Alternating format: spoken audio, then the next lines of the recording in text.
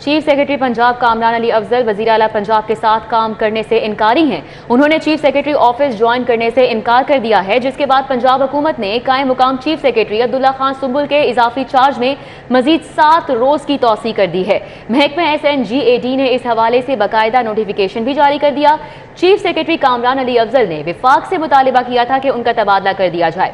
وفاق کی جانب سے عملی اقدام نہ ہونے پر کامران علی افضل نے چھٹی لے لی تھی، جو گزشتہ روز ختم ہونے کے باوجود وہ واپس نہیں آئے، جس پر پنجاب حکومت نے ان کی چھٹی میں مزید 7 روز کی توسیع کرتے ہوئے عبداللہ خان سنبل کی قائم مقام کے طور پر تعیناتی میں بھی 7 روز کی توسیع کر دی ہے۔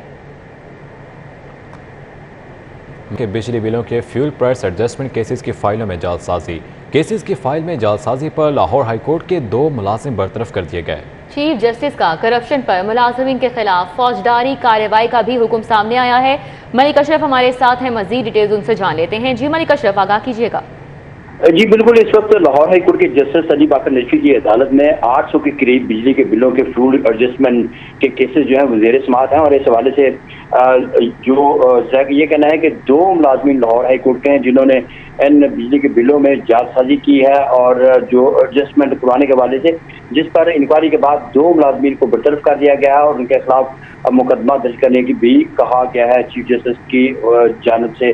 ایڈیشنل رجسٹرار HR کی جانب سے اس حوالے سے نوٹیفیکیشن بھی جاری کیا گیا ہے، جس میں کہا گیا ہے کہ ریٹ برانچ کے جو سینئر آفس کوآرڈینیشنز ہیں شاہد حسین نے فیول ایڈجسٹمنٹ کیسز کے حوالے سے جو فائل ہے وہ پرائیویٹ افراد کو دی، اور اس حوالے سے مزید یہ بھی کہا گیا ہے کہ البرگ جو انڈسٹریز ہیں ان کی جانب سے وفاقی حکومت کے نام یہ ریٹ کی گئی تھی، جس میں فیول ایڈجسٹمنٹ اور دیگر جو ٹیکسز ہیں ان کو چیلنج کیا گیا تھا، لیکن ان جو 2 افراد ہیں انہوں نے اس حوالے سے جعل سازی کیا اور دیگر جو کیسز تھے ان کے ساتھ ان کو وہاں پہ جمع کروایا تھا۔ اس پہ انکوائری کی گئی، انکوائری میں یہ ملازمین گلٹی ثابت ہوئے، جس کے بعد ان کو محکمانہ کارروائی کرتے ہوئے دونوں کو ملازمت سے برطرف کر دیا گیا ہے، اور چیف جسٹس کے حکم پہ فوجداری مقدمہ درج کرنے کا بھی حکم دیا گیا ہے۔ جی ٹھیک ہے، بہت شکریہ ملک اشرف۔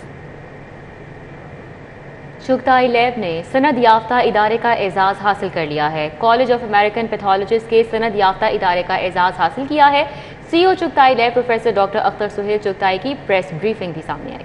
چغتائی لیب کا 40 سال پہلے سفر شروع ہوا، ڈاکٹر عمر چغتائی کی جانب سے پریس کانفرنس میں کہا گیا۔ آج سے تقریباً 40 سال پہلے شروع ہوئی تھی۔ ڈاکٹر چغتائی نے ایک بہت چھوٹی سی ٹیم کے ساتھ 3 ٹیکنالوجسٹ کے ساتھ 3 کمروں کے ایک پورشن میں لیب بنائی تھی۔ ڈاکٹر چغتائی کا ایک ہی مقصد تھا کہ پیشنٹ کیئر کے اندر ایک نیا سٹینڈرڈ اسٹیبلش کیا جائے۔ جیسے جیسے پاسبل ہوا، جیسے جیسے مواقع آتے گئے، نئی نئی ٹیکنالوجی آتی گئی، چغتائی لیب ان ٹیکنالوجیز کو، ان نئے ٹیسٹس کو انٹروڈیوس کرتی گئی، اور کوالٹی ہمیشہ ہمارے DNA کے اندر بہت واضح رہی ہے۔ جب پہلی دفعہ پاکستان میں ECAS اور RECAS external quality assurance programmes introduce ہوئے، ان کے توسط سے سیمپلز پاکستان آتے ہیں، ان کا ٹیسٹ کیا جاتا ہے، ان کے ریزلٹس اپلوڈ کر دیے جاتے ہیں، اور پھر ہمیں فیڈ بیک ملتا ہے کہ ہمارے ریزلٹس ٹھیک ہیں یا غلط ہیں۔ تو سب سے پہلے جب یہ پروگرامز انٹروڈیوس ہوئے آج سے 20-25 سال پہلے، تو تب سے ہی ہم ان میں پارٹیسپیٹ کر رہے تھے۔ وقت کے ساتھ ساتھ پھر ہم نے کالج آف امریکن پیتھولوجسٹ کے پروفیشنسی ٹیسٹنگ پروگرام کے اندر بھی پارٹیسپیٹ کرنا شروع کر دیا۔ جو پیتھولوجسٹ رن ہے، پیتھولوجسٹ کمیونٹی اس کو لیڈ کرتی ہے، اور امریکہ میں کوئی لیب بھی CAP ایکریڈیٹیشن کے بغیر کام نہیں کر سکتی۔ CAP ایکریڈیٹیشن دنیا میں پیتھولوجی لیبز کے لیے ہائیسٹ کوالٹی سٹینڈرڈ ہے، اور اللہ کا شکر ہے کہ کالج آف امریکن پیتھولوجسٹ کے پروفیشنسی ٹیسٹنگ پروگرام میں ہم 2005 سے پڑھ رہے ہیں۔ پولیس اہلکار سرکاری کیس میں پرائیویٹ وکیل نہیں کر سکتا۔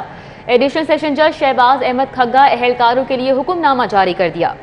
سرکاری کیس میں پرائیویٹ وکیل کے لیے افسر سے اجازت لازمی قرار دے دی گئی ہے۔ عدالت نے یاسین بٹ ایڈوکیٹ کی درخواست پر حکم جاری کیا ہے۔ اس حکم نامے کے حوالے سے مزید تفصیلات جانتے ہیں شاہین عتیق سے۔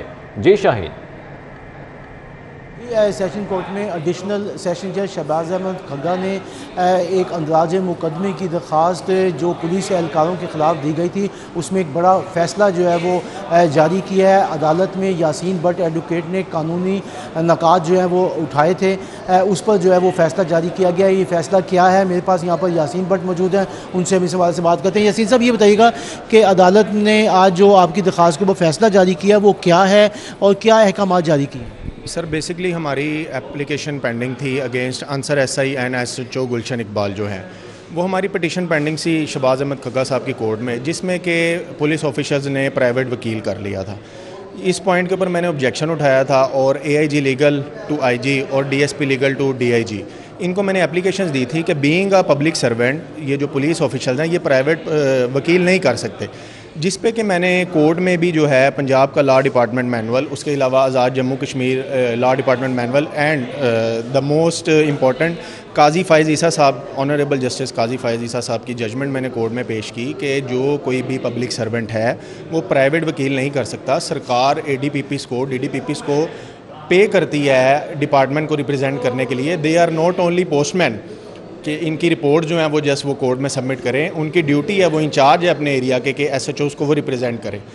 جی آپ نے جو ہے وہ یاسین بٹ ایڈوکیٹ ہے, ان کا جو ہے موقف ان کا کہنا یہ ہے کہ ایڈیشنل سیشن جج کی طرف سے باقاعدہ آرڈر جاری کر دیا گیا پولیس کو کہ کوئی بھی پولیس ملازم جو ہے وہ پرائیویٹ طور پر اپنا وکیل پیش نہیں کر سکتا, جبکہ اس کے پاس سرکاری وکیل کی جو ہے وہ رعایت جو ہے وہ موجود ہے. جی ٹھیک ہے, بہت شکریہ شاہین عتیق. خبروں کا سلسلہ آگے بڑھائیں اور اب آپ کو بتاتے چلیں کہ وزیر اعلیٰ پنجاب پرویز الہی کے زیر صدارت اعلیٰ سطح کا اجلاس ہوا. اجلاس میں سانحہ ماڈل ٹاؤن کیس کا جائزہ لیا گیا ہے. سانحہ ماڈل ٹاؤن کیس میں انصاف کے تقاضے پورے کرنے کی ہدایت کی گئی ہے. صوبائی وزیر راجہ بشارت, معاون خصوصی عامر سعید راں نے بھی شرکت کی ہے. Advocate general Ahmed Awais, secretary قانون اور دیگر نے بھی شرکت کی ہے. وزیر اعلیٰ پنجاب پرویز الہی کی زیر صدارت اعلیٰ سطحی اجلاس میں سانحہ ماڈل ٹاؤن کیس کا جائزہ لیا گیا. دوسری جانب وزیر اعظم میاں شہباز شریف کی زیر صدارت ماڈل ٹاؤن میں اجلاس ہوا. ماڈل ٹاؤن میں وفاقی وزیر احسن اقبال, سردار ایاز صادق, مریم اورنگزیب نے بھی شرکت کی. اجلاس میں عوام کو ریلیف دینے, مسلم لیگ نون کی تنظیم سازی کے امور پر بھی مشاورت کی گئی ہے. مزید کون سے امور ہیں جو زیر غور ہے, وہ جانیں کہ اپنے نمائندے عمر اسلم سے. جی عمر اسلم. جی بالکل, وزیر اعظم میاں محمد شہباز شریف کی زیر صدارت ان کی رہائش کا ماڈل ٹاؤن پہ اجلاس ہوا. اس اجلاس میں جنرل سیکرٹری مسلم لیگ نون چودھری احسن اقبال, وفاقی وزیر سردار ایاز صادق, وفاقی وزیر اطلاعات و نشریات مریم اورنگزیب شریف. اجلاس میں موجودہ سیاسی صورتحال پر جو ہے وہ مشاورت کی گئی. پنجاب میں جو آئندہ انتخابات و ضمنی انتخابات ہونے جا رہے ہیں اس میں پارٹی پالیسی کیا ہونی چاہیے, اس والے کی مشاورت کی گئی. جبکہ اجلاس میں پنجاب میں جو حمزہ شہباز اور مریم نواز اکتوبر کے وقت میں جو ہے وہ دورے کریں گے, اس حوالے سے بھی کیا حکمت عملی ہونی چاہیے, اس پر جو ہے وہ مشاورت کی گئی. وزیر اعظم محمد شہباز کا کہنا تھا کہ مسلم لیگ نون کی حکومت نے ہمیشہ عوام کو ریلیف دینے کے لیے کام کیا ہے. اس کا کہنا تھا کہ مشکل فیصلے ضرور کیے ہیں لیکن عوامی مفاد جو ہے وہ ہمیں سب سے پہلے عزیز ہے. جی بہت شکریہ عمر اسلم. آپ کو بتاتے چلیں کہ ماڈل ٹاؤن میں وفاقی وزیر احسن اقبال, سردار ایاز صادق, مریم اورنگزیب نے اجلاس میں شرکت کی ہے. وزیر اعظم میاں شہباز شریف کی زیر صدارت ماڈل ٹاؤن میں اجلاس منعقد ہوا جس میں سیاسی امور زیر غور آئے. نواز شریف کی واپسی کے بارے میں بھی آئینی و قانونی امور کو زیر بحث لایا گیا ہے. بالکل, آپ کو بتائیں کہ آج وزیر اعظم میاں شہباز شریف کی زیر صدارت ماڈل ٹاؤن میں اجلاس منعقد ہوا. سائفر کا معاملہ اور پنجاب میں ضمنی انتخابات کے بارے میں بھی امور پر مشاورت کی گئی. اسی کے ساتھ ان اسٹوڈیو سے پھر وقت اتنا ہے. مزید خبروں اور اپڈیٹس کے لیے آپ دیکھتے رہیے City 42.